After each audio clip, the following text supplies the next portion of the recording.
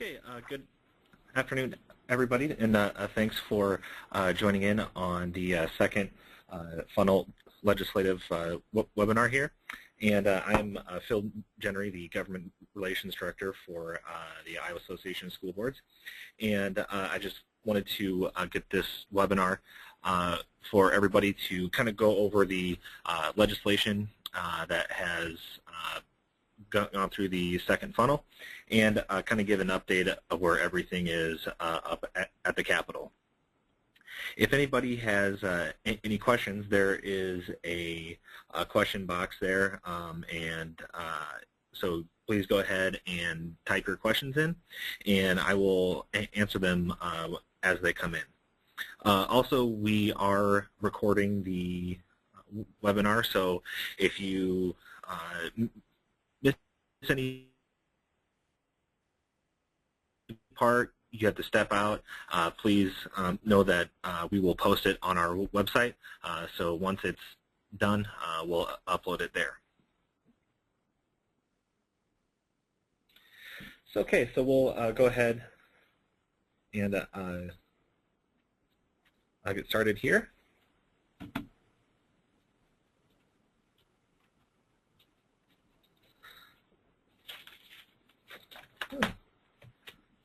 Alrighty, so make sure that I got.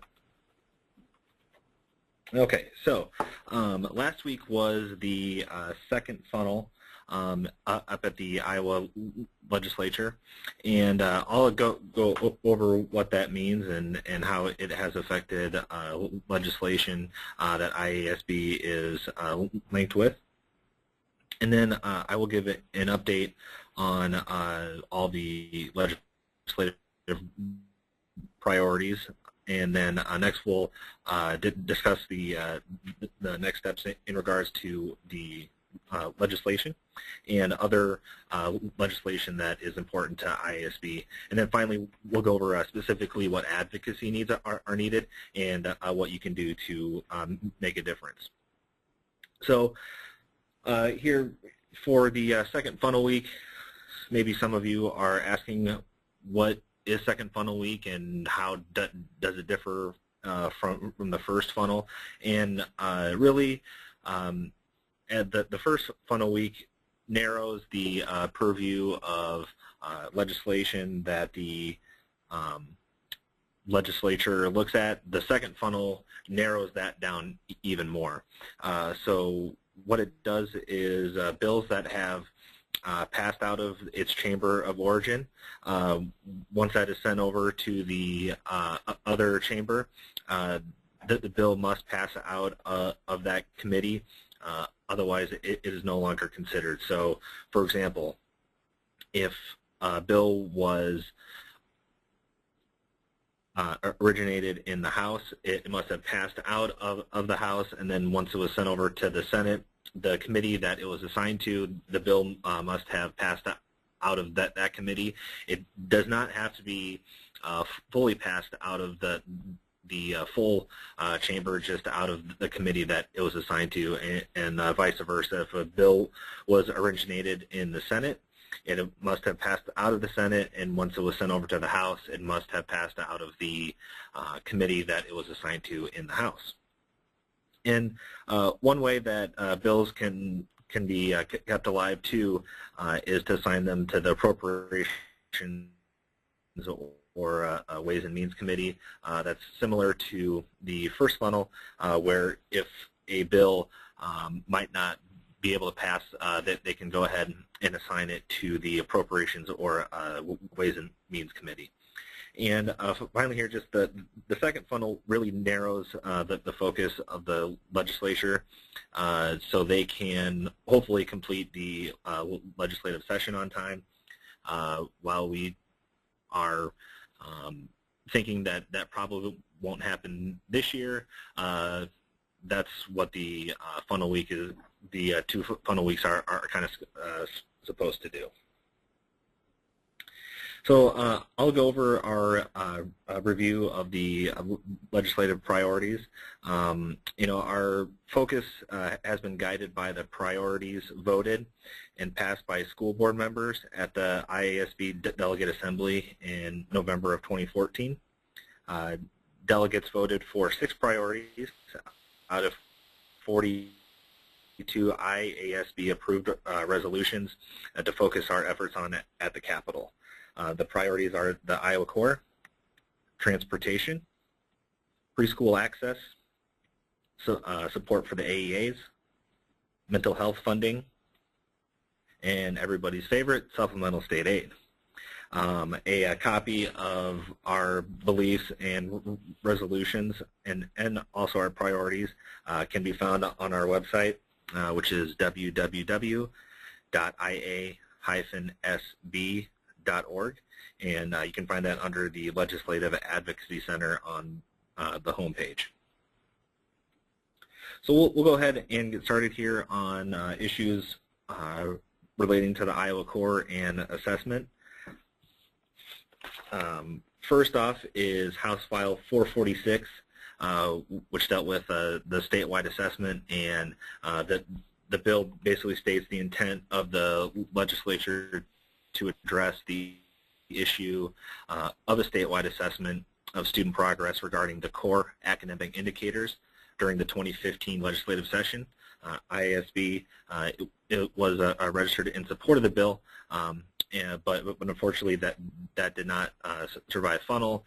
But one of the things that the legislative leadership and the governor's office is doing is letting the Department of Education use its authority to pick the assessment, which we think is the right decision. That way the Department of Ed, which was well, back in 2013, the legislature had assigned the Iowa Assessment Task Force to look at different assessments, and by a 19-to-1 or 20-to-1 vote, they had the task force had recommended the smarter, balanced assessment. So now the Department of Education will be able to pick their assessment.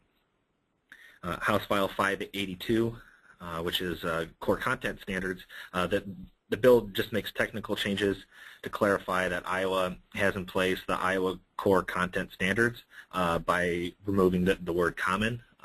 For some legislators, the word Common Core does not sit very well. So what that bill does is it just refers to it as the Iowa Core, and it does not make any substantive change to the underlying standards. IASB was registered undecided on the bill, which failed to survive the second funnel. Senate File 431 dealt with the core curriculum, and what the bill did was just basically add music, visual arts, drama, and theater to the core curriculum.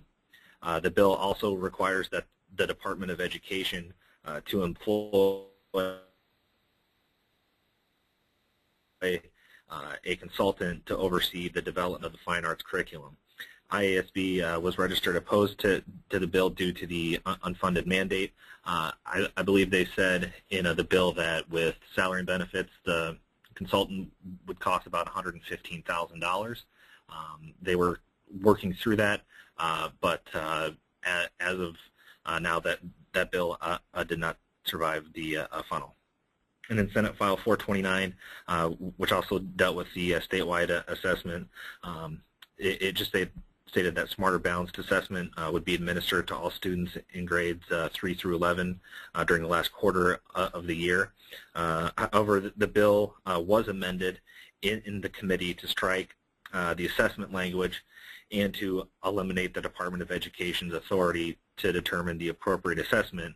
And so due to that, IASB was opposed to the amended bill, and basically by striking the Department of Ed's authority, it made the issue a political one. But like I said here, the bill did not survive funnel. Moving on to transportation, House File 384 dealt with PEPL expansion, and the bill would allow repairs to technology, transportation, or recreational equipment purchased using PEPL funds. IASB was registered in support of the bill, which would give districts a more efficient way to use taxpayer dollars. It would basically allow a replacement of an engine, of a bus engine, rather than buying a new bus, for an example. And currently the bill is in the House Ways and Means Committee. And then its counterpart, the Senate File 280, and basically what the Senate file just strictly relates to transportation expenses. It would use revenues resulting from the PEPL and include provisions. IASB is registered in support, but like I said, the Senate bill just would apply to transportation expenses. The bill passed the Senate and is also currently in the House Ways and Means Committee. So both bills are in the Ways and Means Committee. Only one of them will survive. We're not quite sure which bill they're going to take up yet, but as of right now, both are still alive, but they will take up one to pass. And I would note too, we do have our transportation funding toolkit located on our homepage under the Legislative Advocacy Center. And I'll go ahead and pull that up. So you can see here what the toolkit kind of goes over for transportation cost per student. You can go up here to the top for this yellow, for the yellow highlighted cell. That's a drop-down box, and you can go in and click on your school district, and it'll then change to match the percentages and dollar amounts for your district. It has the impact on regular program per pupil funding. So, and there's also a link here. You can click for every single district. For House districts, you can click on your legislator or legislators, for depending if your district has more than one, and then also a tab for your state senators as well.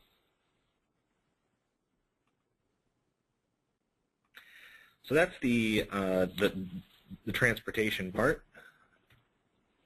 Also here, moving on to preschool access, House File 156, which deals with preschool flexibility, and this bill was a repeat of a bill that passed the House unanimously last year, and it would provide additional flexibility to school districts and preschool partners in the use of preschool funds.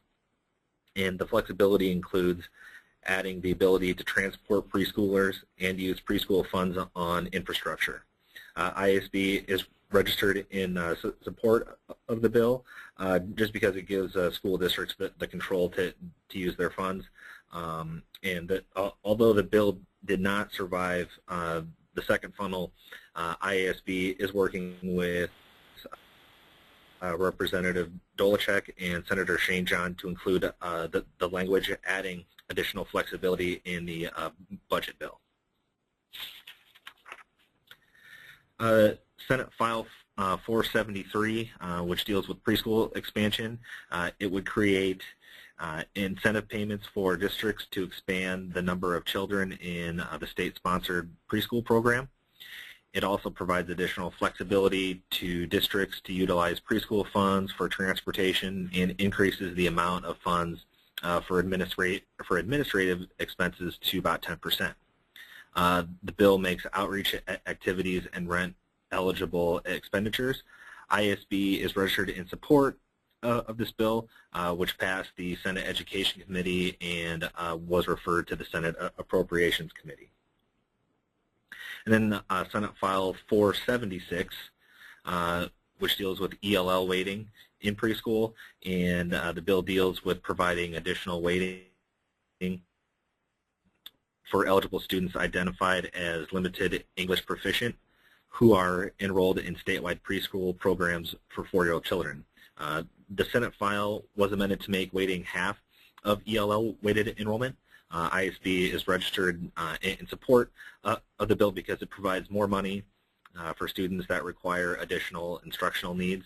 The bill passed out of the Senate, but however, most likely will not see any additional action due to the price. And then moving on for support for AEAs and mental health funding, Senate File 430, which deals with AEA mental health pilots. The bill authorizes $2.5 million for pilot projects in each AEA to provide mental health services to school districts. IASB is registered in support of the bill, which passed the Senate Education Committee and was referred to the Senate Appropriations Committee. So, just a quick update here. What we've been hearing is that there is a lot of interest, and there's starting to be some support, but we have heard that the legislature is having trouble finding the money to properly fund the health pilots. So we'll see where that goes. But as of right now, they're starting to gather interest and support, but sounds like that they're having trouble finding enough money in the budget to fully fund the health pilots. And then Senate File 345, which is the governor's anti-bullying bill. The bill attempts to strengthen efforts to combat bullying and harassment in schools. It would ensure each school district would be provided adequate training on conducting investigations, and would establish a student mentoring pilot program in 2 middle schools and in 2 high schools to explore how student leadership can prevent bullying. The bill also provides school officials with authority to investigate and impose school discipline or take action in cases of alleged incidents of harassment or bullying that occur outside of school, off school grounds, or away from school-sponsored events. IASB is registered in support of the bill, which passed the House Education Committee and is currently on the debate calendar. What we have heard from legislators on this is that currently the House Republicans are about 12 to 15 votes short of passing the bill without having any Democratic help. So if it was just on a straight party line vote, there would not be enough votes to pass it. As I said, they're about 12 to 15 votes short of that currently. And then getting to our last, but probably some might I'd say maybe one of the more important, or at least has gotten the most visibility anyway, of the for supplemental state aid. Senate File 171, which is the supplemental state aid bill, and as originally approved by the Senate, it established a growth rate of 4% for fiscal year 2016. The House amended the bill to establish a 1.25% growth rate. IASB opposed the House amendment and supports the Senate proposal of 4%. Currently, the bill is in Congress Committee, which most everybody knows, and I'll touch on the most recent update here in just a little bit. Senate File 176, which is the school property tax replacement, and the bill modifies the property tax replacement payment calculation for fiscal year 15 and fiscal year 16 to an amount equal to the school's weighted enrollment. The figure is based on the program state cost per pupil. IASB is registered against the bill because it further reduces the balance of state aid and local property taxes to fund schools, and provides no new money to districts and school budgets. The bill passed the House Ways and Means Committee and is currently on the debate calendar. I do want to mention here that that there are 3 new white papers on school funding that our finance directors came up with, and we had just posted them on our website. I mean, they're hot off the press. I mean, the heat's still coming off the press here, because they were just got up there today. So I have Sean Snyder here, who's gonna explain what each of the papers state. And if you just go on our website here, maybe pull this up.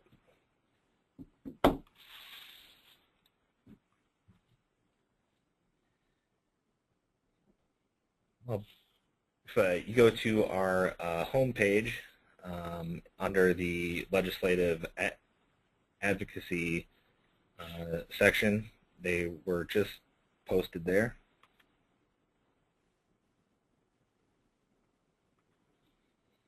So if you go down here,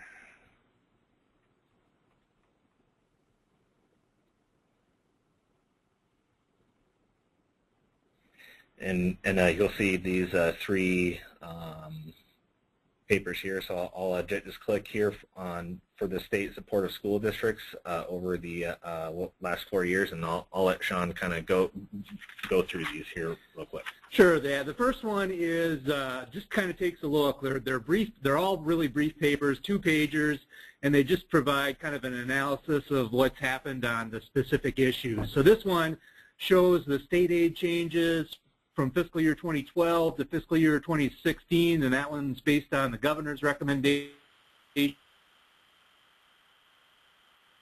And really what this document shows is the overall amount of state school aid compared to the total general fund appropriations and how that's changed over time. And what the table represents is it kind of shows that back in 2012, we had roughly almost 44% of the overall budget going to school aid, and how that amount has decreased over time, and then based on the governor's recommendation, that has actually dropped down to 40.2%. So really that kind of just does some analysis of what's happened for the last 4 or 5 years on the school aid appropriation. I'm going to go to the next one. The next document kind of addresses, the governor's office recently came out and said that the state general fund aid to school districts has increased $554 million compared to, from fiscal year 2011, based on the governor's recommendation for fiscal year 2016. So we decided to take a look at that, and while that statement is technically true, there are some reasons for that. And even though the state aid amount has increased from the general fund, $554 million, that's not the amount that the school districts have seen as an increase. And what this does is it shows how that's breaking down. And a lot of it's because of, when we were in 2011, we used some federal dollars to replace state general fund dollars. So part of it was a backfill of that. Part of it was backfill funding for state aid that wasn't fully funded. And what this does, it just kind of provides a brief explanation of how that $554 million plays out, and how it really truly isn't an overall increase to school districts of $554 million. And then the last document is another 2-page document that talks about the inequity in instructional support program funding. And really the result of this, when this was first put into place back in fiscal year 1992, the school districts that were in this, they all received their fair share of the money because the state portion of it was fully funded. And this is a formula-based provision that requires state funding in order for school districts to receive all their full funding for the program. The table here kind of shows how the funding's gone over time, and since the state hasn't fully funded this portion of the instructional program, what's happened is school districts that are considered property poor are not receiving their full share of funding. And again, so this is again kind of a brief explanation of what's happening. This chart actually shows the percentage differences. So if the state fully funded their fair share, every school district would be at 100% here. And you can see, since the state is not providing any funding for the instructional support program, that we have a variance of about 50% up to about 95% of what the school districts are receiving in that program. But this, again, this does provide a short analysis of what the issues are regarding that. Perfect. Thank you, Sean. You bet.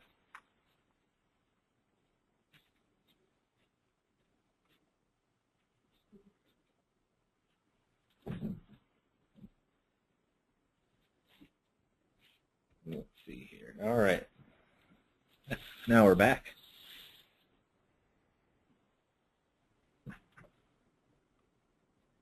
Okay, so again, those white papers are on our website under the Legislative Advocacy Center. So as I had mentioned before about the conference committee, currently there is the conference committee assigned to come up to an agreement on the state aid percentage. Members of the committee from the House are Speaker Craig Paulson, Majority Leader Linda Upmeyer, Appropriations Chair Chuck Soderberg, Education Committee Ranking Member Patty Ruff, and then Representative Sharon Steckman. From the Senate, Majority Leader Mike Gronstall, Minority Leader Bill Dix, Education Chair Herman Kornbach, Senator Todd Bowman, and Senator Amy Sinclair. And I believe it was just last week the Senate offered a compromise to split the difference between 1.25 and 4%, for which would come to a 2.625% supplemental state aid rate. The Republicans did not accept the compromise, and when the committee voted, the offer did not pass on a 5-to-5 party line vote. And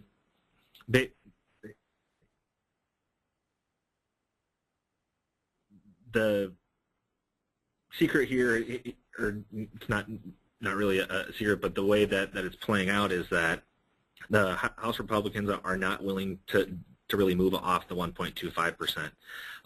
They have stated that they have certain budgeting principles, and they will not change them. And what that sort of means is that they're not inclined to using one-time money for ongoing expenses. So taking one-time money from the general fund to give money to the schools for the supplemental state aid. Since that's an every year thing, and that one-time money would only be there for 1 year. And then, so what will need to come down, what will need to happen is that the Senate will either need to come down in its offer, or if no agreement is made, then the state aid rate will default to 0%. Right now, we're looking at all options. We're trying to come up with some sort of compromise that would appease both parties. Currently, there is no progress with that, but we're trying as best we can to come up with something to get this resolved as quickly as possible. And then also, maybe some of you have seen this when you've gone to our district meetings, but we have here our supplemental state aid toolkit. And what this shows, you can go ahead on our website here under the Legislative Advocacy Center, and if you go to the Supplemental State Aid Toolkit, this will come up, and these yellow highlighted cells, you can go ahead and change the percentages, and then it will go ahead and adjust the numbers.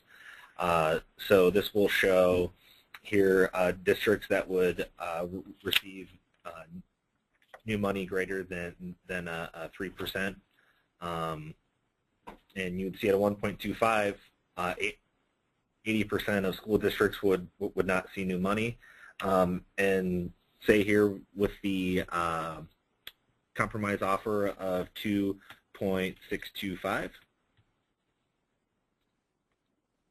you would see that at that rate, 40% of school districts would see money greater than 3%. If you get on here, that'd be new money after including salary and benefit increases. You would see about 41% of districts would have new money, and then down here for the budget guarantee at 1.25%, nearly half, almost half, 48% of districts would be on the budget guarantee. But at the compromise offer of 2.625, you'd see that 30% of districts would be on the budget guarantee. And also the same way with the transportation toolkit, you can go and click on your specific legislator for the House, and then for the Senate. And then also if you just wanted to look at your own specific district, you can go ahead and click on whichever one, and it'll show you what the rates are, what your percentage of new money would be, and then what the new money would be after taking salary and benefit increases. And then if you would be on the budget guarantee, it would show you the dollar amount and then what the estimated property tax implications would be.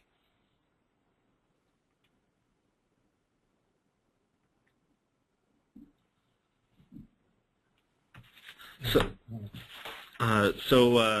we got a question in about House File 5, or House File 122, the principal sharing incentives, and that bill did not make it through the second funnel. So that bill is not currently being looked at, although they might be able to address it through the budget process, or attach it to another bill that's still in the running. But that standalone, those two standalone bills did not make it past funnel. I think there's another question too.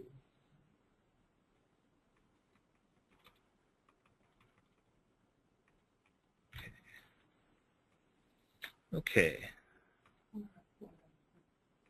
So other things for supplemental state aid, IASB members have been so great on this issue. You know, they've advocated in so many different ways, whether writing a letter to the editor, having a day on the Hill. You know, we can be more than happy to help set that up for you. And I'm going to mention April 22nd. So I want everybody to write that down and remember it, because I'm going to come back to that later. It's a little Friday cliffhanger here. So April 22nd, I just want everybody to kind of write that down. And you know, some of the other ways, you know, getting community leaders to sign a letter in support of supplemental state aid.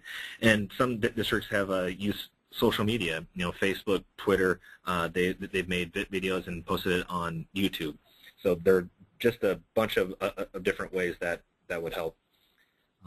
And here's just some other important legislation that I thought that everybody would like to know from the House side. House File 74 and House File 118, the SAVE funding, and that they would just extend the sunset date on the state penny for school infrastructure through 2040. IASB is registered in support, and both of those bills are in the House Ways and Means Committee. But unfortunately, what we're hearing is that really no action on these bills is anticipated. House File 515, the use of the district management levy. It authorizes a school district to use revenue from the district management levy to pay for costs of mediation and arbitration. That could be legal fees associated with mediation and arbitration. IASB is registered in support due to the flexibility that it provides to districts. The bill passed out of the Senate and the House, and will go to the governor for final approval. And House File 550, Senate File 443, Public Officials Contact Information. The bill requires elected public officers to publish their contact information on the internet site of the government entity in which they serve. The bill was amended to define what exactly content or contact information, and what that was amended to was just the official's phone number and the email address. Before it was amended, that could have included your Facebook or Twitter site. Any site where you could have been contacted would have been under that purview. So we worked with the legislature to define what contact information meant. The amendment also defined public officials as members of the General Assembly, County Board of Supervisors, City Council, and Board of Directors of a school district. And again, IASB is registered undecided on the bill, which passed unanimously out of the House and is on the Senate unfinished business calendar. House File 554, the Teaching, Mentoring, and Induction Program. The bill states that school districts cannot receive money for starting a teaching, mentoring, and induction program plan if that school district is also receiving TLC money. IASB is registered opposed to the bill because the creation of the TLC program was not intended to supplant other programs or funding sources. It was always supposed to be as a supplement to funding. So that bill passed out of the House Education Committee and is in the House Appropriations Committee. House File 599, liabilities during reorganization. The bill would ensure that liabilities incurred by school districts with the issuance of SAVE bonds are considered during a reorganization or dissolution process. The IASB is registered in support of the bill, which passed out of the House Education Committee and is on the House debate calendar. And then House File 346, which is the At-Risk and Dropout Prevention Flexibility Bill. And that would merge eligible expenditures for at-risk program, which would be additional weighting compromise of state aid and property taxes, with those expenditures allowed under the dropout prevention program. Funds from both the sources could be used for either at-risk or dropout prevention. IASB is registered in support of the bill, but it did not survive funnel. But we are working on that with our specific legislators to address that through the budgeting process. And then other legislation in the Senate, Senate File 457, access to closed session transcripts. The bill would allow the Ombudsman's Office to receive copies of closed session transcripts without a court order. IASB is registered opposed to the bill because the Ombudsman does not have enforcement authority and should not have easy access to closed session transcripts without a court order. The bill passed both chambers and is going to the governor. Senate File 462, the use of EpiPens. The bill would allow districts to maintain a secure location, or would in a secure location a supply of epinephrine auto-injectors. It also clarifies that a student may, upon request to the district, self-administer the EpiPen. Districts have the ability to revoke that right if a student abuses the privilege. IASB is registered undecided on the bill, as it does not require a district to stockpile EpiPens, and allows a district to withdraw a student's privilege to self-administer if that privilege is abused. The bill passed the House and Senate, and it will be sent to the governor. Senate File 471, Low-Income Pupil Supplement. The bill creates a low-income pupil supplement equal to the number of students on free or reduced lunch times 0.04 of the regular per pupil program cost. It would also require that the additional funds be used for programming to support these students. IASB is registered in support of the bill because it helps provide additional resources to help low-income students who generally face more challenges with respect to student achievement. The bill passed the Senate Appropriations Committee and is on the Senate debate calendar. This is another bill that we have heard from legislators that while there has been support for it, they're finding funding difficult to pass this bill, but we will keep on them to find the funding to pass the bill. Senate File 472, waiting for ELL. It increases the English language learning weighting to 0.3 per student and extends the time period by which a student may qualify to receive that weighting to 7 years. IASB is registered in support of the bill, which passed the Senate Appropriations Committee and is on the debate calendar. And again, this is another bill that's unlikely to see any additional action due to the fiscal impact. And then Senate File 477, the extending period of time for sales tax deposit in SAVE. The bill would require the 1 cent sales tax would extend the 1 cent sales tax for school infrastructure until January 1st of 2050. IASB is registered in favor of the legislation as it would ensure districts with the revenue to complete infrastructure projects and improve the educational environment for students. The bill passed the Senate and is in the House Ways and Means Committee. This is a very strong first step to get bipartisan support. Whether or not it passes, it'll face a pretty uphill battle, but we think that with the way that the bill is now, that we could get very strong bipartisan support, which would make it pretty difficult for the bill not to come out of the Ways and Means Committee. And then finally here, bill signed by the governor, House File 445, education cost in PMIC. The bill clarifies that the amount paid for a child residing in a psychiatric medical institution, PMIC, in the state cost per pupil, not the receiving district's cost per pupil. IASB was registered undecided, and that law was signed by Governor Branstad on March 31st. Senate File 131, the BOEE licensing. The bill requires that all initial applicants for licensure must complete a background and fingerprint check by the Department of Public Safety. IASB is registered in support of the bill because it would improve the process by which applicants for BOEE licensure are vetted, and that bill was also signed by the governor on March 31st.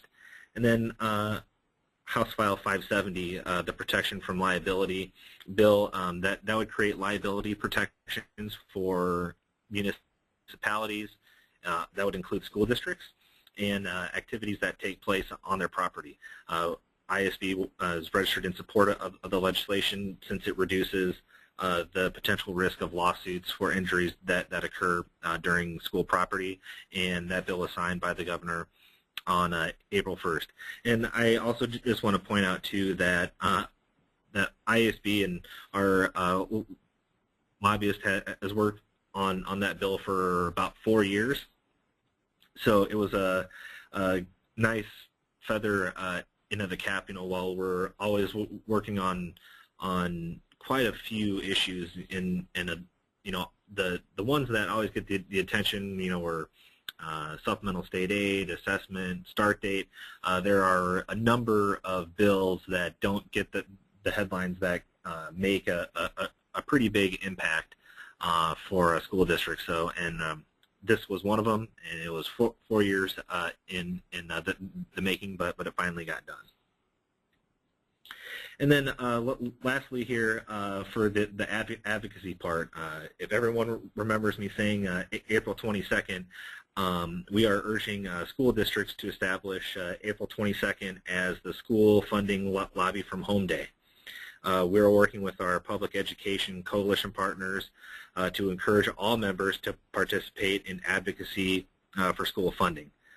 Some of the ideas that you might have is, if you're so inclined, have several school board members and gather other school board members from districts close by to come down to Des Moines. If you want to do that, give us a call, and we'll be more than happy to organize that for you. Get the information that you need. Set up some meetings with your legislators. If you can't make it, work with your local businesses, engage your student improvement advisory committees and your local PTAs.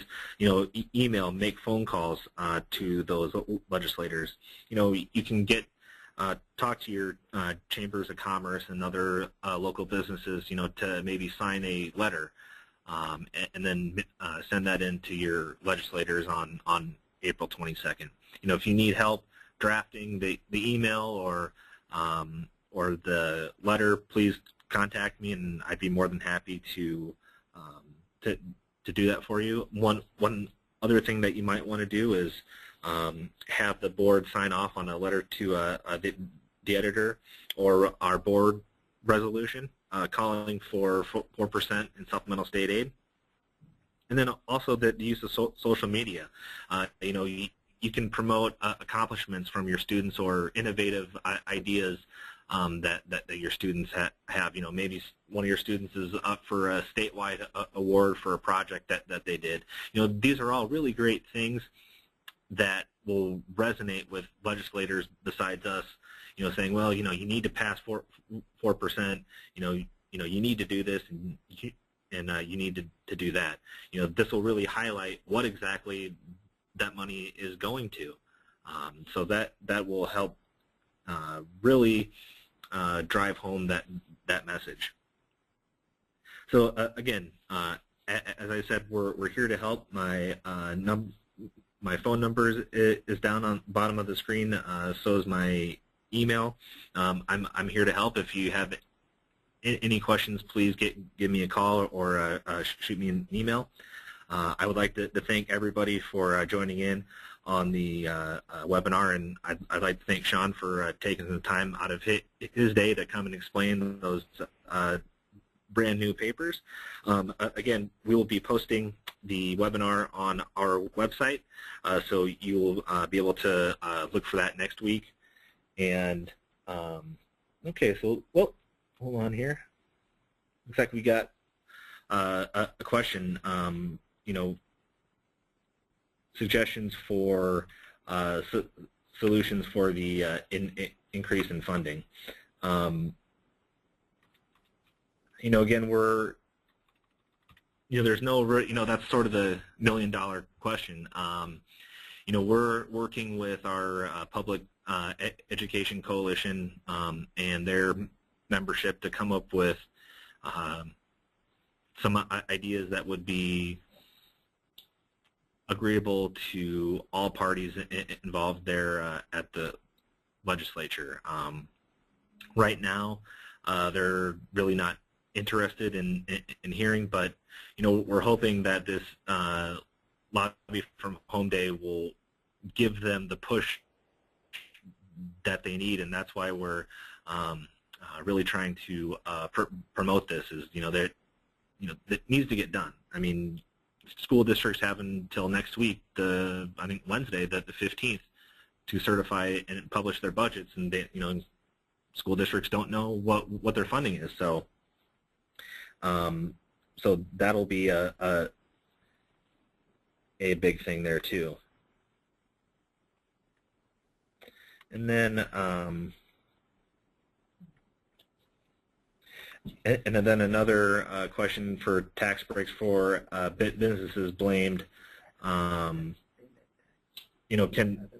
that be changed for those tax breaks? I mean, that law is, those laws have been passed. I mean, the same kind of same way with with the commercial property tax. I mean, that bill has been passed, and I don't think anybody wants to go back to try and fix that now. And now they're trying to backfill that money with state dollars. So, like Sean had said earlier, so it looks like that a whole bunch of money is coming in to school districts. While again, that's true, it's not going to school budgets. It's going to backfill those property taxes. So unfortunately, that's kind of the way that happens. So with that, I will go ahead and thank everybody for joining. Again, we will have this posted on our website, and again, I thank you for taking the time out of your day, and I hope everybody has a great day and a good weekend. Thanks everybody for joining.